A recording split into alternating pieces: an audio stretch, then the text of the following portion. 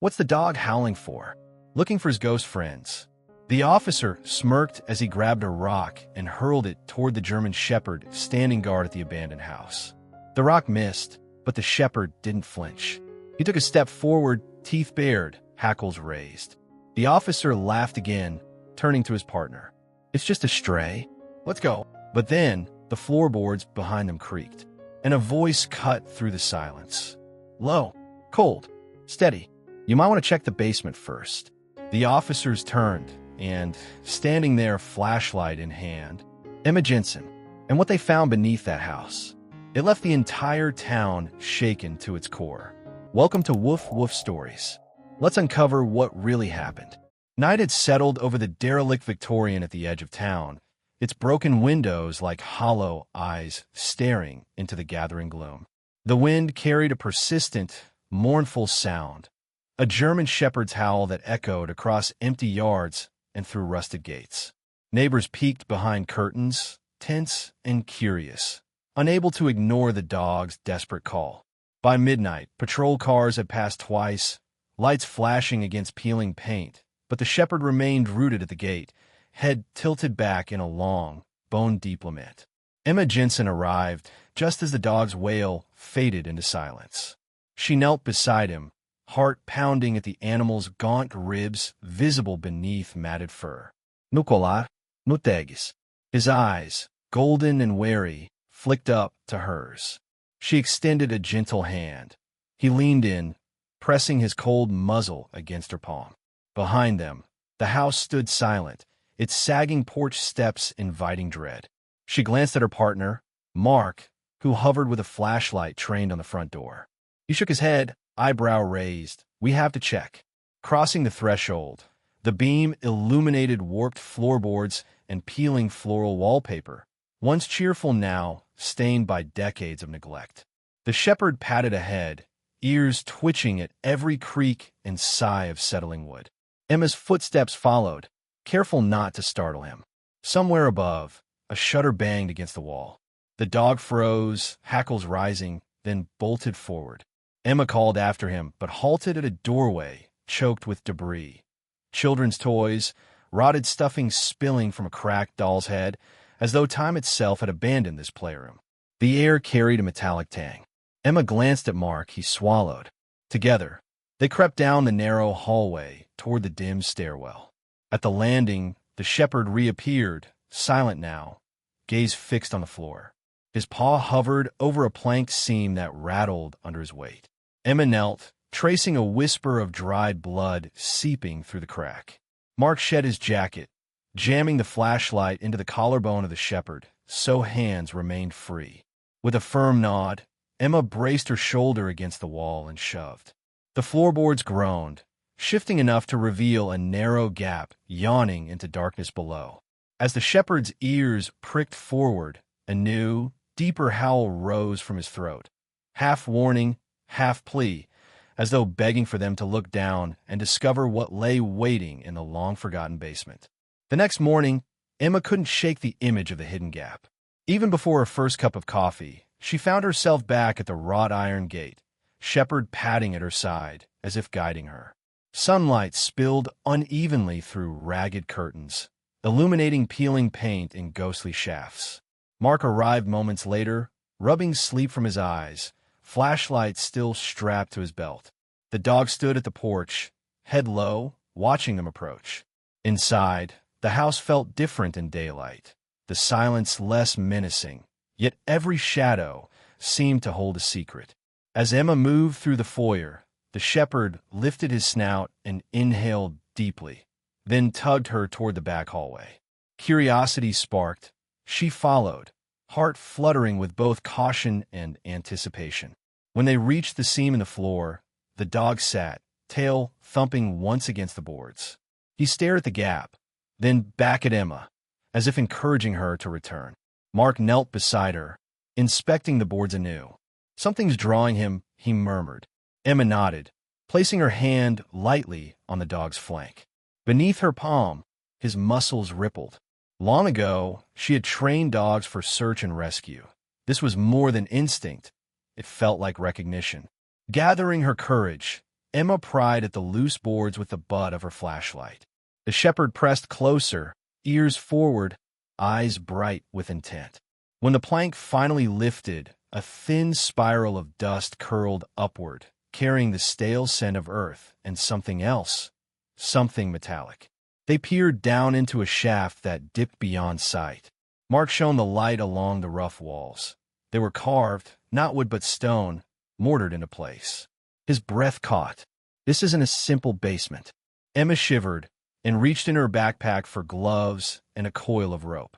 The dog circled, sniffing at a splintery edge, then returned to Emma's feet and sat, patient and expectant. As Mark secured the rope around a heavy beam overhead, Emma knelt at the entrance and called softly, "Ready." The shepherd tilted his head, then, unexpectedly, slipped through the gap and disappeared into blackness. Emma's pulse thundered in her ears. Mark hesitated, flashlight trained on the unseen depth. Emma swallowed and followed. Moments later, Mark joined them. In the quiet that followed, the dog stood at the threshold, body rigid, nose tracing a distant echo. Emma flicked on her headlamp and took a deep breath. Whatever had attracted the shepherd here was calling them, too, and together they descended into the mystery beneath the floorboards. Dusk had come by the time they emerged from the hidden shaft, trailing dust and a thin tendril of unease. The shepherd stood at the foot of the stairs, nose lifted to catch fading light from a cracked window. Emma shook her head free of cobwebs, brushing grit from her hair. Footsteps overhead signaled Mark's return. He climbed with purpose, removing gloves to wipe sweat and grime on his jeans. The sky beyond the shattered panes had turned bruised purple, and the house's silhouette twisted into angular shadows across the dusty floor. Something about the gloom felt alive, as if the walls themselves watched with unreadable intent. The shepherd paced, low whine rumbling in his chest, then froze as a sliver of movement flickered at the end of the hallway, just beyond reach of their lanterns. Emma picked up the larger flashlight from the floor and crept forward, Mark close behind, both guns holstered but hands tense. They passed the playroom door, its broken frame revealing an interior strewn with rotted toys and a single rocking horse that creaked in a breeze. The shepherd paused there, ears flat, and let out a soft growl that vibrated through the floorboards. Beyond, the long corridor led to a door left ajar, its rusted knob glinting in the dying light. From within came a faint scuffing, like something being dragged. Emma's breath caught. She pressed her shoulder against Mark's arm. He nodded, raising the light. Together, they slipped through. Inside was a dining room frozen in time. A table set for four with tarnished silverware and glasses clouded by age.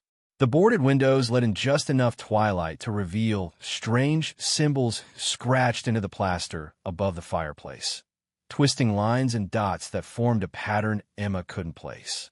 The shepherd advanced, nostrils flaring as he sniffed along the edge of a broken chair, then shifted his gaze upward to a hatch in the ceiling.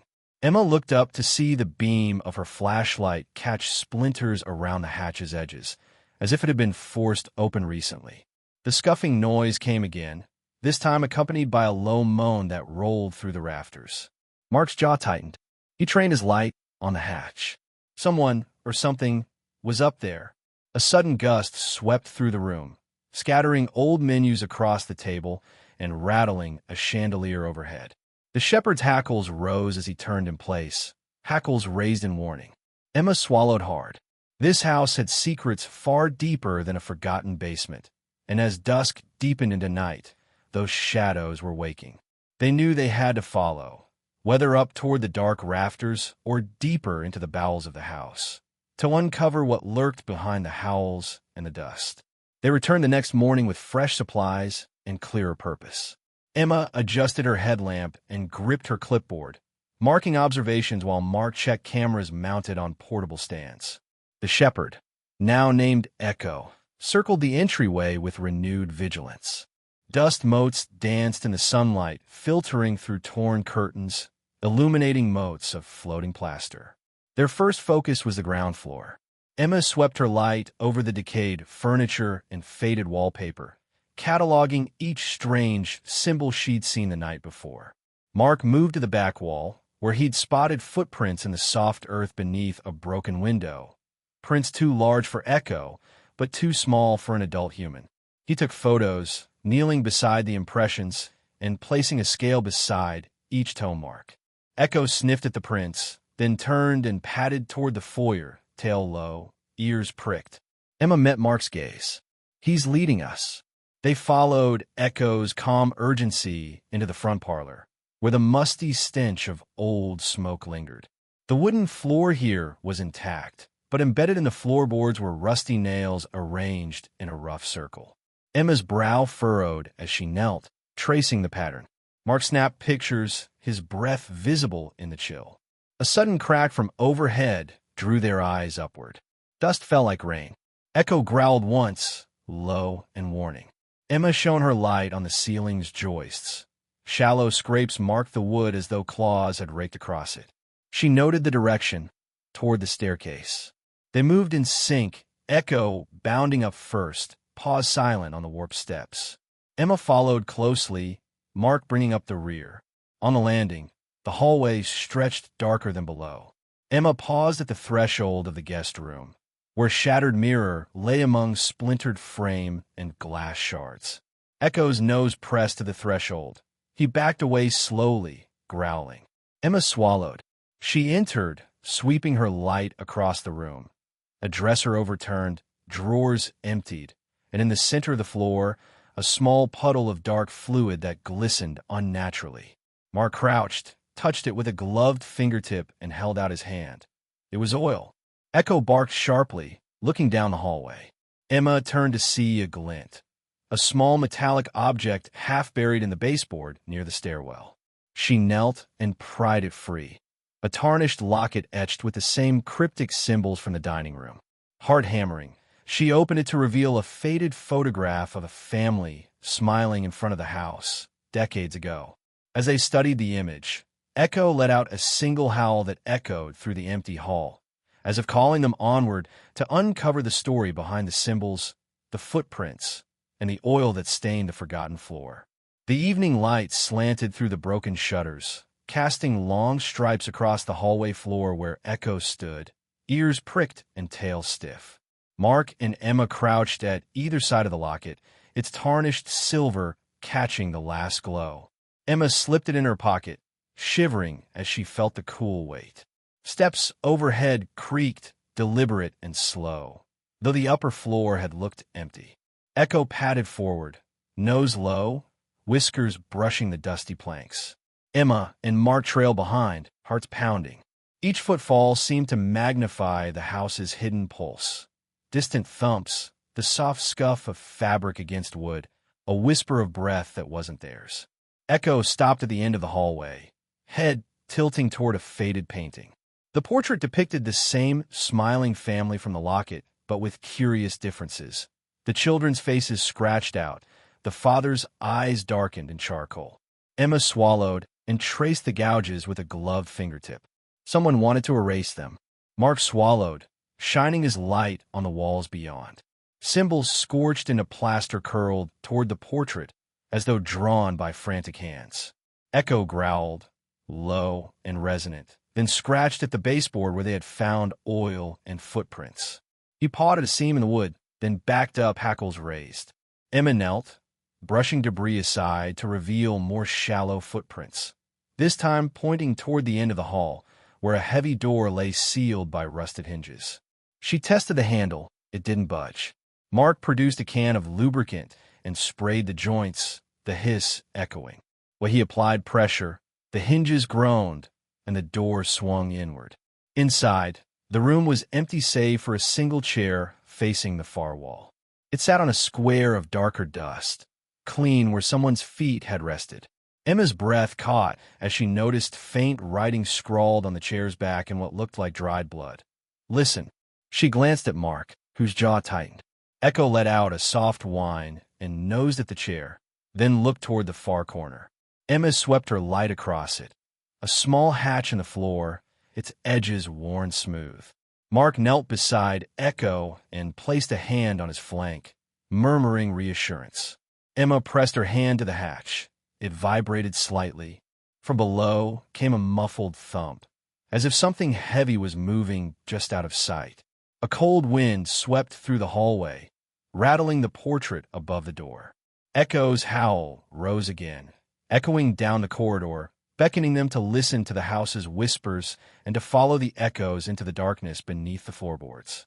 Old Mrs. Whitaker's voice trembled as she settled into the creaking rocking chair on Emma's porch. Echo curled at her feet. The autumn wind rustled golden leaves across the lawn. Emma and Mark exchanged glances before Emma nodded, inviting the elderly woman to begin. Whitaker clasped her gnarled hands around a chipped teacup and sipped slowly, eyes fixed on the abandoned house beyond the hedge. "I was the caretaker's daughter," she began, voice soft.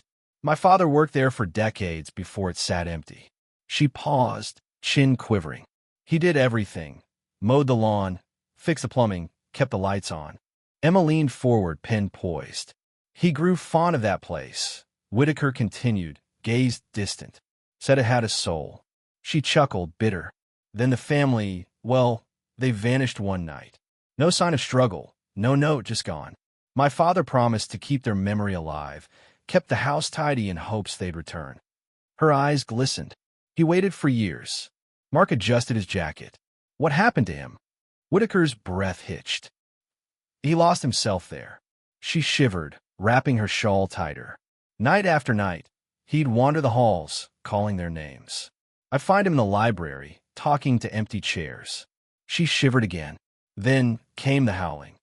Echo lifted his head at the sound of that word, ears rotating. "My father said it was the family's dog, kept inside the back room. He'd hear it, mournful and low.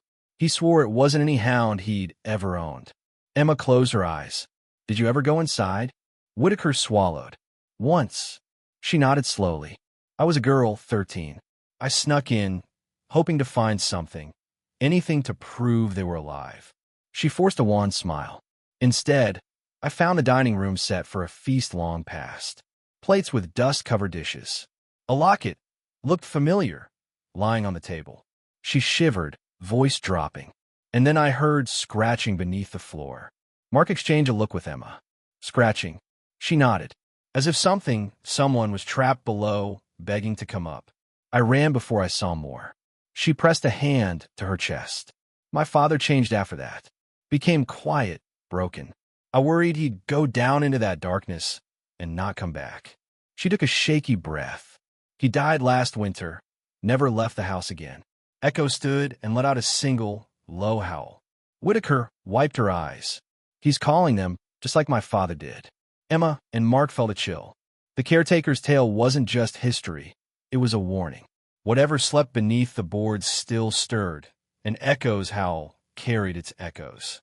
Emma arrived at the house just before dusk, armed with supplies and a resolve sharpened by Mrs. Whitaker's tale.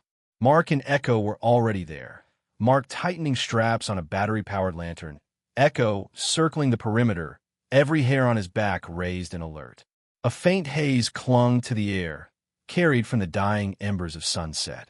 They set up in the parlor, placing folding chairs in a rough semicircle around the hatch in the floor. Emma checked her watch. Midnight would mark the hour her father, the caretaker, had insisted strange sounds began. She handed Mark a pair of binoculars and settled in, heart drumming. Echo lay beside her feet, nose twitching, ears swiveling. As darkness fell, the house exhaled. Wind rattled loose shutters, sending sharp taps through the hallway. Echo's breathing deepened. Emma flipped the switch on the lantern. Its glow pooled in the center of the room, leaving corners black as ink. Shadows triangulated against the walls, twisting around remnants of furniture. 11:30. The world outside faded. Distant traffic, night birds, the soft hush of the town's slumber. Inside, silence pressed in. Emma glanced at Mark, whose jaw was clenched. Echo's ears pricked. A subtle vibration hummed beneath the floorboards, almost imperceptible, like a distant heartbeat. Emma's breath caught. She leaned forward, ear close to the hatch. At 11:59, the vibration pulsed stronger, then stopped. Emma checked her watch, 60 seconds to midnight. Echo rose, leaving a furrowed patch in the dust. He sniffed at the hatch, then backed up, hackles rising. Emma swallowed, fingers brushing the hatch's rim. Mark lifted his binoculars, scanning upper windows for movement. Midnight chime of a distant church bell drifted in. The hatch shuddered. Echo let out a long, mournful howl that reverberated through the rafters. The hatch lid rasped as if something below dragged its claws across wood. Emma felt the air shift, charged with cold electricity. She clicked on her recorder, voice steady as she described the phenomenon. Then silence, so sudden it felt like the room paused. Just when Emma thought it was over, a single, low thump echoed from beneath. Immediately, Echo lunged toward the hatch, teeth clicking against wood. Emma grabbed his collar. "Easy, boy." But Echo strained, eyes wide, his howl rising again, broken and urgent. Above them, floorboards creaked.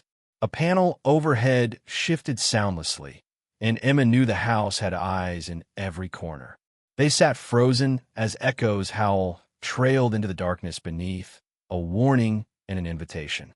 Whatever lurked below was awake, and their vigil had only just begun. Morning light filtered through dusty panes when Emma and Mark returned to the parlor, each carrying a battered wooden crate they'd found in the attic. Echo padded beside them, nose flicking at stray shreds of insulation. They placed the crates on the table, anticipating secrets hidden beneath old floorboards. Emma pried open the first box, revealing a jumble of brittle papers and tarnished frames wrapped in yellowed cloth. She extracted a photograph and unwrapped its fragile edges. The family from the portrait, smiling on the front porch decades earlier. The father's arm rested protectively around his wife's shoulders, two children perched on the railing, faces bright and alive. Emma held it to the light, studying details. The mother's necklace matched the locket Echo had uncovered. Mark rifled through the second crate, producing more images. A black and white of the house in better days, a ribbon tied around its gate, holiday scenes with decorations draped over the banister, a birthday cake photo with cake smeared across a little girl's cheek. One frame held a group shot, the caretaker's father among them, smiling shyly in a well-worn work jacket. Emma felt a tremor of recognition. This was the man who'd told Mrs. Whitaker's tale. They spread the photos on the table in chronological sequence. Echo sat, head cocked, as if following their arrangement. Emma's pulse quickened when she noticed a detail in the final image. The family dog, a German shepherd remarkably similar to Echo, stood in the yard beside the father. Its collars, too, bore the same mysterious symbols they'd found scratched in plaster. Mark placed a hand on Emma's shoulder. These were buried on purpose. Emma nodded. They tell a story someone wanted erased. She flipped over a photograph and discovered a note scrawled on the back in looping script. "Remember me." Below it, a date, June 14th, 1954, coincided with the caretaker's father's service record. The implication made Emma's skin prickle. She gathered the photographs and secured them in a weathered portfolio. As they worked, Echo returned to the hatch and whined softly. Emma rose, portfolio in hand. "We need to put these back where they belong." Mark frowned. "The attic?" She pointed to the hatch. "No, they go under the floor with the others." Mark's eyes widened. "You think that's the next level?" Emma nodded. "The caretaker hid these for a reason. If we want answers, we follow Echo." Echo pawed at the hatch, then glanced up expectantly. Emma knelt, prying at its edges with an old screwdriver from her bag. As the lid lifted, a rush of stale air spilled out, carrying the faint scent of aged paper. Emma peered into the darkness, heart hammering. Echo leaned in, muzzle disappearing into the shaft. Above them, the house settled with a soft creak, as if acknowledging that its hidden history was finally, at long last, coming to light. Emma's flashlight beam danced across warped floorboards as she descended through the widened hatch. Mark close behind, Echo pressing against her leg in silent companionship. The air grew colder with every step, carrying a faint, sweet mustiness that spoke of long-forgotten corners. At the bottom, they found a narrow corridor edged by stone walls, dripping water from unseen leaks. Emma swallowed hard, the photograph snug in her backpack. Ahead stood a heavy door of oak, its surface scarred by age and bound with iron straps. No handle, only a rusted keyhole. Echo nosed at the base, then sat, letting out a soft whine. Emma knelt beside him, producing the tarnished key from her pocket, the same ornate brass key they had found in Mrs. Whitaker's piano. With a practiced turn, she heard the mechanism click, echoing through the corridor like a whispered promise. Mark pushed the door inward. It groaned, revealing a chamber lit by a solitary shaft of light from a tiny grate high on the wall. At its center, a wooden desk sat beneath a cracked window, dusted with decades of grime. On the desk lay a leather-bound ledger, its spine cracked and pages edged with mold. Emma brushed aside cobwebs and flipped it open. The pages were filled with neat script detailing the family's comings and goings. Birth dates, anniversaries, followed by abrupt gaps and notations like searched and unreturned. Echo padded past her and stopped at the foot of a tall cabinet against the rear wall. Mark flicked his light across its doors. Markings identical to the symbols etched in the dining room gleamed faintly beneath layers of dust. The cabinet door swung open to reveal rows of glass jars, each containing a preserved fragment, a child's toy soldier, a lock of hair, a broken watch spring. Emma's throat tightened. These were keepsakes or trophies, collected and hidden here. She lifted the ledger again to a later entry. Shadows heard beneath. Must continue the search. The date was the day after the family's disappearance. Emma closed the book, heart pounding. Mark's light swept the room, coming to rest on a faded photograph pinned to the wall. The caretaker's father, grinning broadly, arm around the family dog, the very dog Echo so closely resembled. A distant drip echoed like a metronome. Emma turned to see a section of the back wall, slightly ajar. Stones shifted enough to form a narrow gap. Echo placed a paw against it, then looked back at Emma. She met his gaze. This house has more. Mark nodded, raising his light. Together, they pressed forward, stepping into the hidden chamber beyond, determined to uncover what shadows had been buried behind every locked door. A sudden glint caught Emma's eye as she and Mark stepped into the narrow chamber beyond the stone gap. Echo's stance stiffened, tail lowered but twitching in tense anticipation. The only light came from their headlamps, carving out drifting particles in the stale air. Mark swept his light across the rough walls. Moss clung in thick patches, and in one corner, something shimmered, a fragment of broken mirror wedged between stones. Emma approached, heart thudding, and reached out. As her fingers brushed the glass, it shifted, no more than a whisper of movement, but enough. Echo growled low. Emma froze. A breath later, the mirror's angle changed again, reflecting the pale beam of the headlamp back at them. But in the glass, she thought she saw motion, a shape just beyond the reflection, melting back into shadow. She leaned closer, eyelids narrowing. The shape flickered again. A hand? Or perhaps the curl of dark hair. "Did you see that?" she whispered. Mark nodded, flashlight sweeping toward the corner, but found nothing but damp stone and scattered debris. Emma knelt to remove the mirror, intending to pry it free, when Echo lunged forward, knocking her elbow. The mirror tilted sharply, reflecting a sliver of what lay behind them. A doorway neither had noticed, its threshold barely wider than a crevice. A chill slithered down Emma's spine. She stood, flipping her light toward the new opening. The doorway led into cavernous darkness. No floorboards, only uneven earth. From within came a faint scuffling, as though something brushed against rock. Emma swallowed, voice steady. "We need to see." Mark hesitated. "Careful." He slipped his arm around her shoulder for support. Emma flicked off her headlamp strobe, switching to a steady beam. She advanced, each step kicking up dust that danced in the narrow light. Echo padded ahead, muzzle trembling as he sniffed the air. Midway down the slope, Emma paused when something glinted again, this time beneath a pile of stones. Mark knelt and lifted a jagged fragment of metal, the edge of a locket, familiar symbols scratched across it and a smear of dried crimson. Emma's breath caught. This matched the family insignia they'd seen everywhere. A soft shuffle sounded deeper in the darkness. Echo's ears pinned back, the single hair on his neck bristling. Emma shook the half-buried locket free and clicked her light upward. In the beam's reach, the far wall bore carving, a simple outline of a dog howling at a tiny door beneath the floor. Beneath it, a scrawled word, free. Emma swallowed and stepped forward into the black mouth of the chamber. Echo followed, low growl rumbling.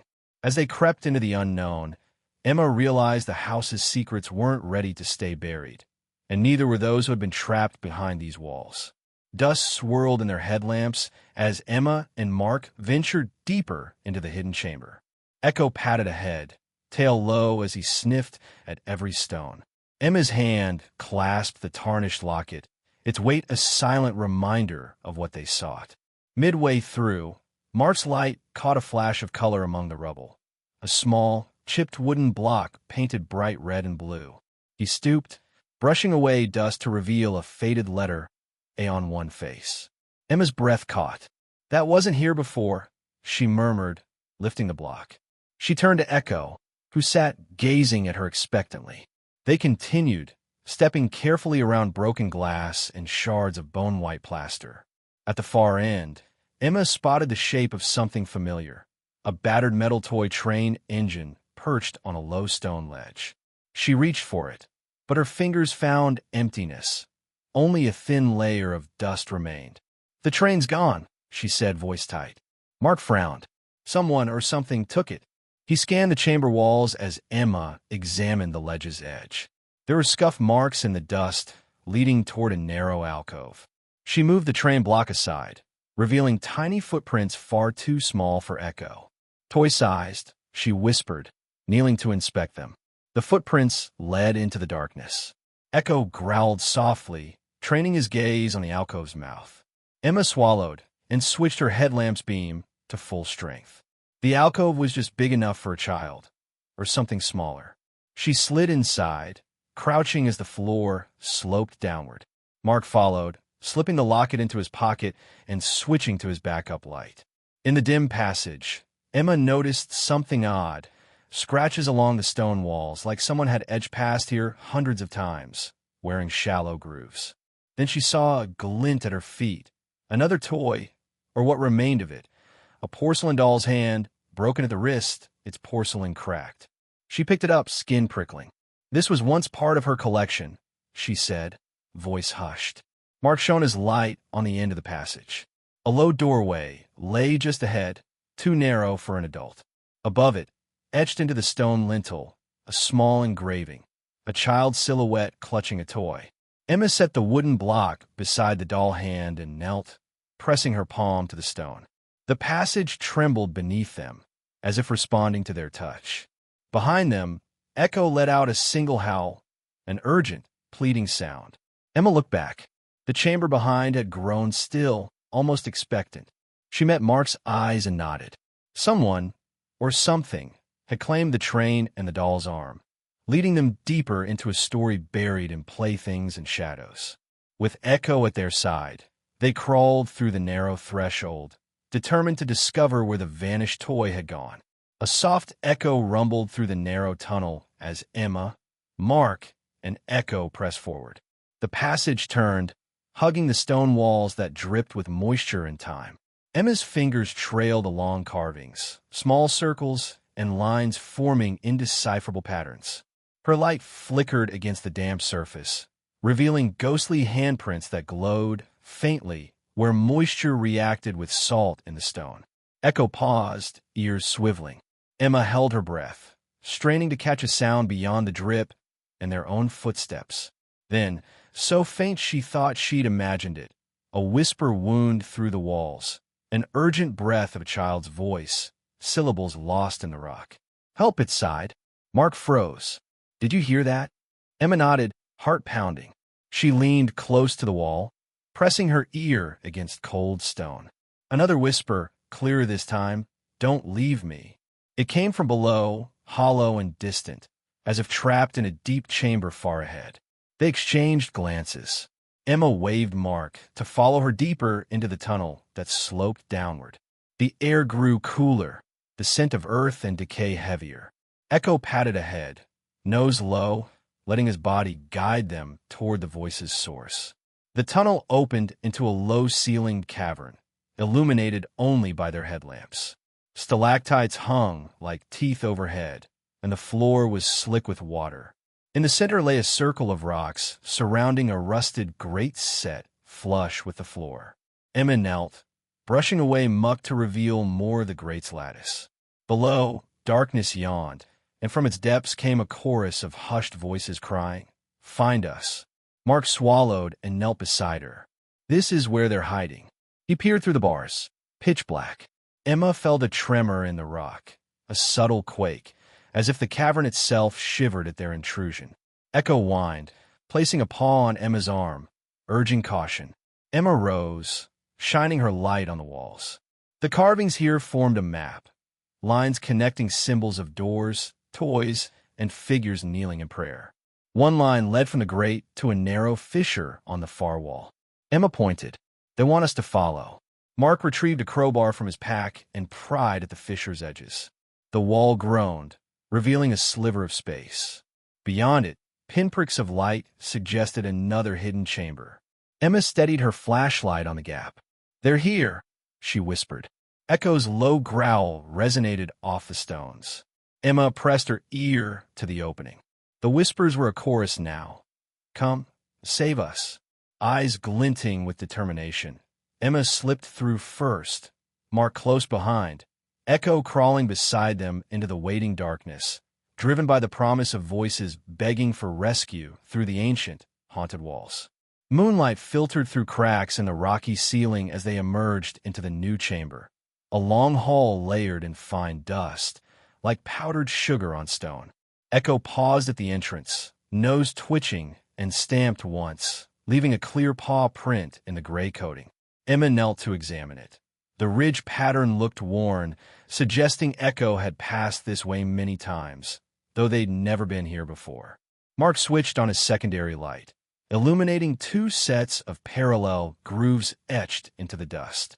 One set was wider, too large for a child, but the other tracks were narrow, delicate, offset, and erratic, as if someone small had walked in circles. Emma paced forward, stepping lightly between them, careful not to disturb the fragile record. Each breath seemed too loud, too intrusive in the stillness. The tracks led toward a collapsed archway where boulders had tumbled from the ceiling, blocking the path. Emma crouched, brushing dust from a stone to reveal faint footprints beneath, small boots with a floral embossing, matching the design on the doll's hand. She tapped the print, and dust fell away like a sigh, uncovering a tiny heel. Mark knelt beside her and drew out a small camera, snapping close-ups. "These prints are fresh," he murmured. Emma ran her fingers along the edge of the bare stone wall, finding handprints churned in the dust, streaked downward as if someone had slipped. "And someone's been here recently," she said. Behind them, Echo whined softly and padded to the edge of a narrow ledge, peering down at a shallow drop of 6 feet. His tail wagged slowly as he stared. Emma shined her light over the ledge. The floor below was smooth, worn by repeated travel, with more dust tracks leading to an iron door at the opposite end. The door's surface was corroded, but the latch was intact. Above it, iron hinges curved into decorative loops, resembling the curling fur of a hound's tail. Emma rose and brushed her hands clean on her jeans.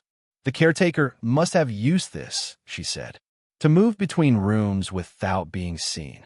Mark nodded and set his pack down, pulling out wire cutters. "Let's open it." Quietly, as Mark worked the latch, Echo nosed at the gap, ears folding back in concentration. Emma steadied her breathing and shone her light through the crack. Beyond lay a dim vault lined with wooden shelves and scattered playthings, blocks, a wind-up car, and a chipped porcelain teacup. And there, a trail of footprints in the dust led to a corner where something dark rested. Mark clicked the latch open, and the door swung inward with a soft groan. Echo padded inside, nostrils flaring. Emma followed, heart pounding. The footprints stopped at a low crate. She knelt and pushed aside a tangle of dusty ribbon to reveal a small, leather-bound book stamped with the same cryptic symbols. Fingers trembling, she lifted it from the crate. As Echo circled her legs, Emma opened the cover, breath catching at the first page's faded inscription, "To remember is to live." Emma left the house's front gate unlocked that evening, walking Echo down the narrow lane toward Mrs. Whitaker's cottage. Twilight tacked soft mauve shadows on its sagging hedges. Echo's ears twitched at every rustle, as if the night itself carried secrets. Mrs. Whitaker greeted them at her gate, shawl wrapped tight against the cool. Her eyes were wary beneath silver brows. "You've stirred it again," she whispered as Emma guided Echo inside the cozy parlor, its hearth cold but tidy. Emma set the leather-bound book on the table. "We found this in a hidden vault." Mrs. Whitaker's lips thinned when she leaned forward, fingers grazing the aged cover. "That's not for you," she said softly, glancing toward a weathered portrait on the wall. It showed the caretaker's family in happier times, the little girl clutching a book with that same cover. Mark, who had accompanied them, cleared his throat. "We need all the information you have. The house, it's alive with memories, and we're close to understanding why." Mrs. Whitaker's gaze flicked to Echo, curled beneath the table, then back to Emma. "Listen carefully," she said, voice low. "That book holds their story, what they believed would save them. But those who try to free the past often unleash its wrath." She shuddered, folding her hands. "The house doesn't forgive. It remembers betrayal." Emma exchanged a look with Mark, then nudged the book's cover open. Inside, the first page bore a watercolor sketch of the family dog beside a trapdoor. Beneath it, a line of text in elegant script. "Only the keeper may release the lost." Emma's brow furrowed. Mrs. Whitaker rose unsteadily, moving to the mantel to retrieve a tarnished locket identical to Echo's. "Your dog is the keeper," she said, pressing the locket into Emma's hand. "He sings the house's sorrow. But be warned. If you use that book to unlock what lies beneath, the shadows may follow you home." A distant wind rattled the window panes. Echo lifted his head, letting out a single, long howl that seemed to fill the room and tremble the walls. Emma looked down at the wooden floorboards beneath her feet, imagining the hatch below yawning open. She slid the locket into her pocket and met Mrs. Whitaker's solemn gaze. "We'll be careful," she promised, though her heart hammered with the knowledge that their next step would bring them face to face with the house's deepest secrets and whatever warnings it had ignored for so long. Dim morning light filtered through the kitchen's broken window as Emma, Mark, and Echo returned to the house. Frost clung to cracked panes, and their breath puffed in frosty clouds. Emma carried the leather-bound book and the caretaker's locket, her fingers curling around their weight. Echo padded silently ahead, nose to the ground. They entered through the parlor, where the hatch lay closed and silent. Emma set the book on a table beneath the portrait of the family, then ran her hand along the wall beside it. Her fingertips brushed a narrow seam she'd passed countless times. She pressed lightly and felt the air shift. Mark glanced up from prepping the camera's battery. Emma smiled grimly. She'd found something. Sliding her palm along the seam, she found a slight depression. She pushed, and a section of the panel swung inward on hidden hinges, revealing a narrow staircase spiraling downward. Dust tumbled like sand through a sieve. Echo stepped back, hackles raised, and let out a low growl. Mark flicked on his flashlight. "Where does this lead?" he asked. Emma tucked the book into her pack. "Somewhere new." With Mark at her heels, she descended the narrow steps, Echo close behind. The walls pressed tight against their shoulders, slick with condensation. Their shoes dragged up fine grit, and each step echoed until the staircase leveled out. At the bottom, the stairs opened into a small chamber lined with old wooden crates and cobweb lanterns. A single brick archway led deeper into darkness. Emma knelt beside a crate marked with faded letters. Linen. She pried it open, revealing folded sheets and pillowcases yellowed with age. Beneath them lay a bundle of yellowed letters tied with a frayed ribbon. She lifted one and read the elegant cursive. a plea for mercy, written by the mother to unknown recipients. Mark trained his light on the archway. "This must be a servant's passage," he murmured, used to move through the house unseen. Emma nodded, refolding the letter and placing it back in a bundle. She slipped the letters into her pack. Echo nosed at the archway's threshold, then backed away, uneasy. Emma approached the archway and shined her light inside. A narrow corridor stretched ahead, walls damp and lined with pipes that dripped cold water onto uneven stone. Rust stains trailed downward like tears. At the far end, she could just make out another heavy door bound in iron. She met Mark's eyes. "We follow." Echo stepped forward, tail low but steady. Emma swallowed and gripped her flashlight tighter. The hidden staircase had opened a new layer of the house's secrets, one that whispered of hidden passages and unseen footsteps. As they moved forward into the servants' tunnel, the air thickened with the scent of old words and deeper shadows, promising truths that had been locked away for generations. The corridor ended at a stout iron door, its surface mottled with rust and flakes of paint peeling like old skin. Echo pressed his nose against the bars of a small grate set into the door's center, letting out a low whine.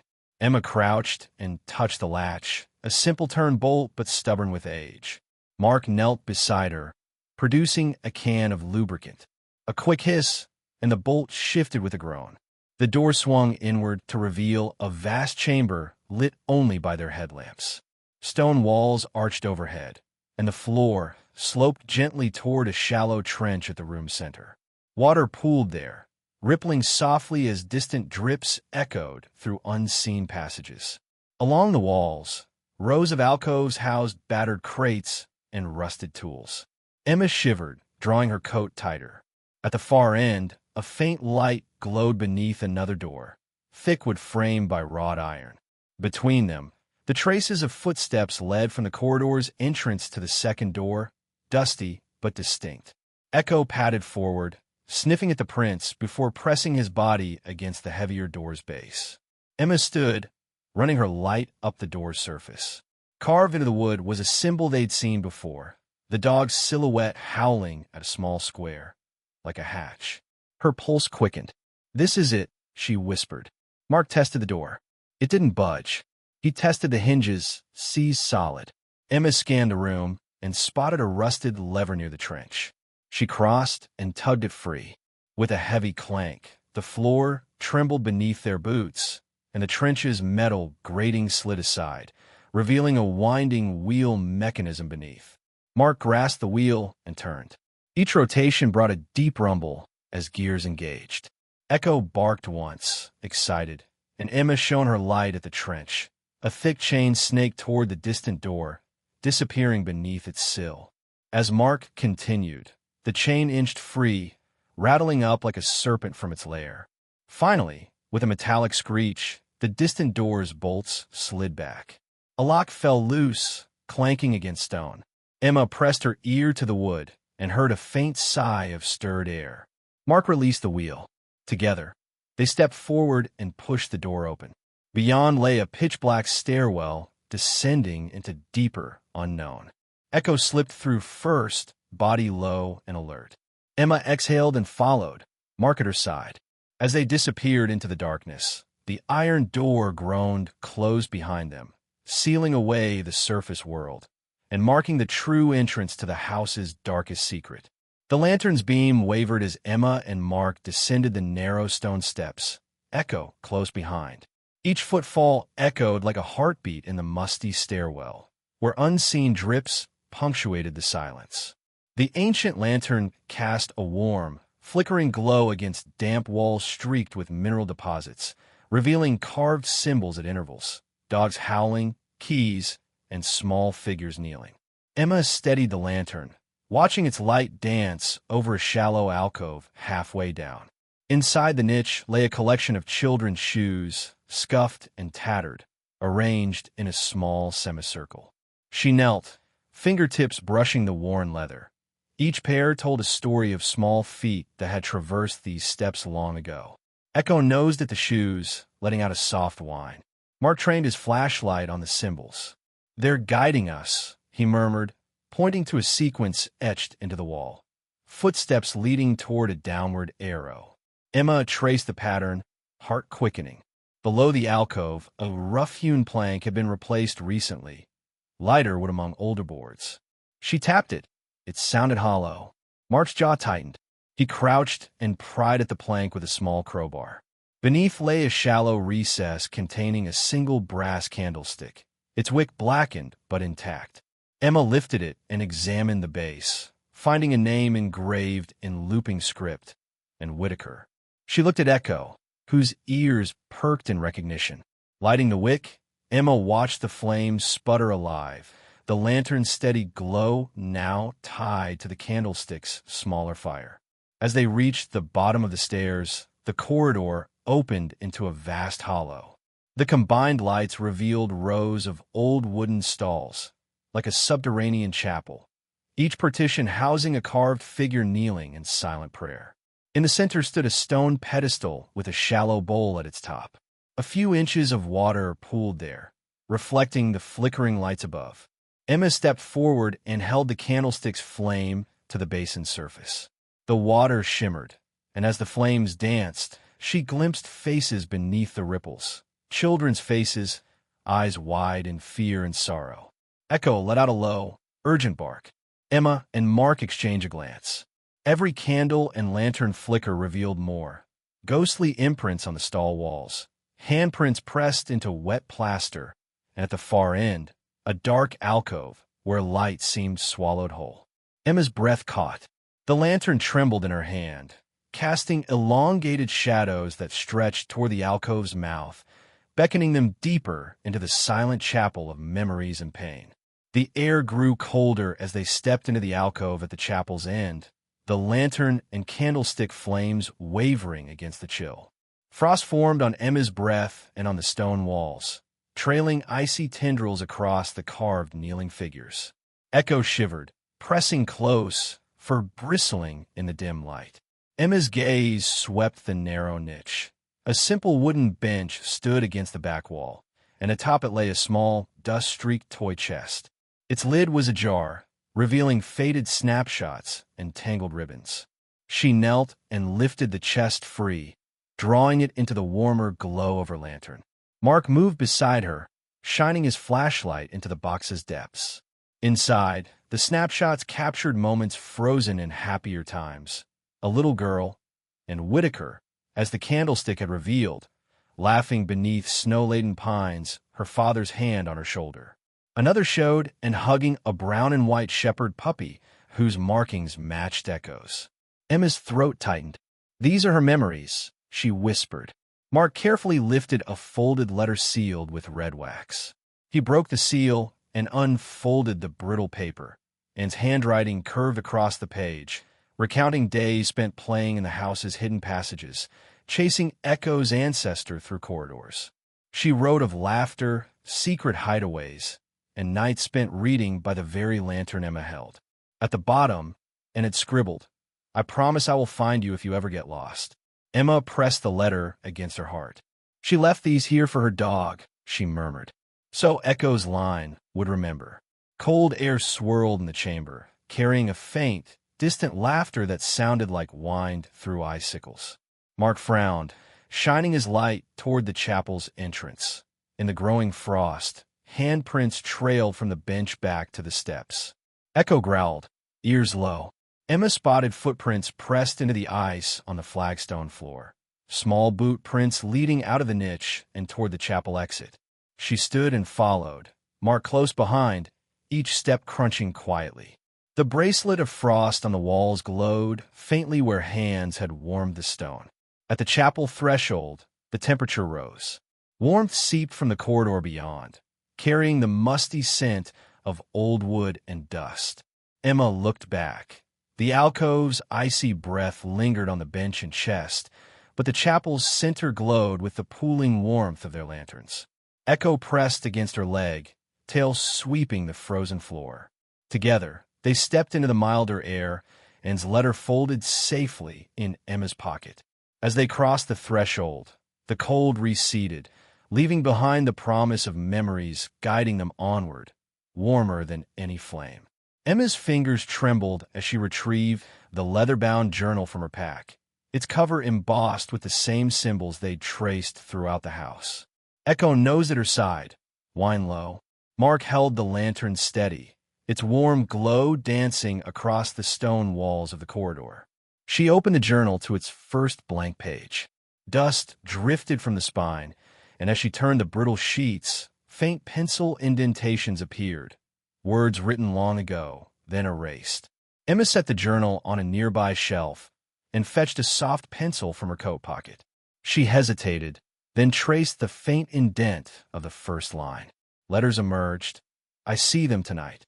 Below, a hastily sketched floor plan of the chapel appeared, complete with the alcove and bench. A star marked a hidden doorway, one they hadn't yet discovered. Emma's heart pounded. Mark shone his light on her drawing, matching it to the carved map they'd followed earlier. Echo barked softly as if to confirm a path. Turning the page, Emma found lined entries, each dated late autumn 50 years past, and wrote of strange footsteps waking her in the night, of soft howls drifting through closed doors, and of whispers guiding her to hidden nooks. One entry read, I found the door by the furnace. Papa warned me never to open it. Emma's breath hitched. Furnace? There had been pipes near the servants' tunnel, a room they'd bypassed. She flipped ahead. The graphite lines grew darker, more urgent. They're calling me, one page declared. I must answer before they fade. Below, and had drawn a spiral staircase descending into an unseen depth. Shattered window of the parlor, stirring a loose curtain. Echo rose and stretched, then padded to Emma and pressed his head against her leg. She knelt, hugging him. We did it, she whispered. Echo's tongue licked her hand in response.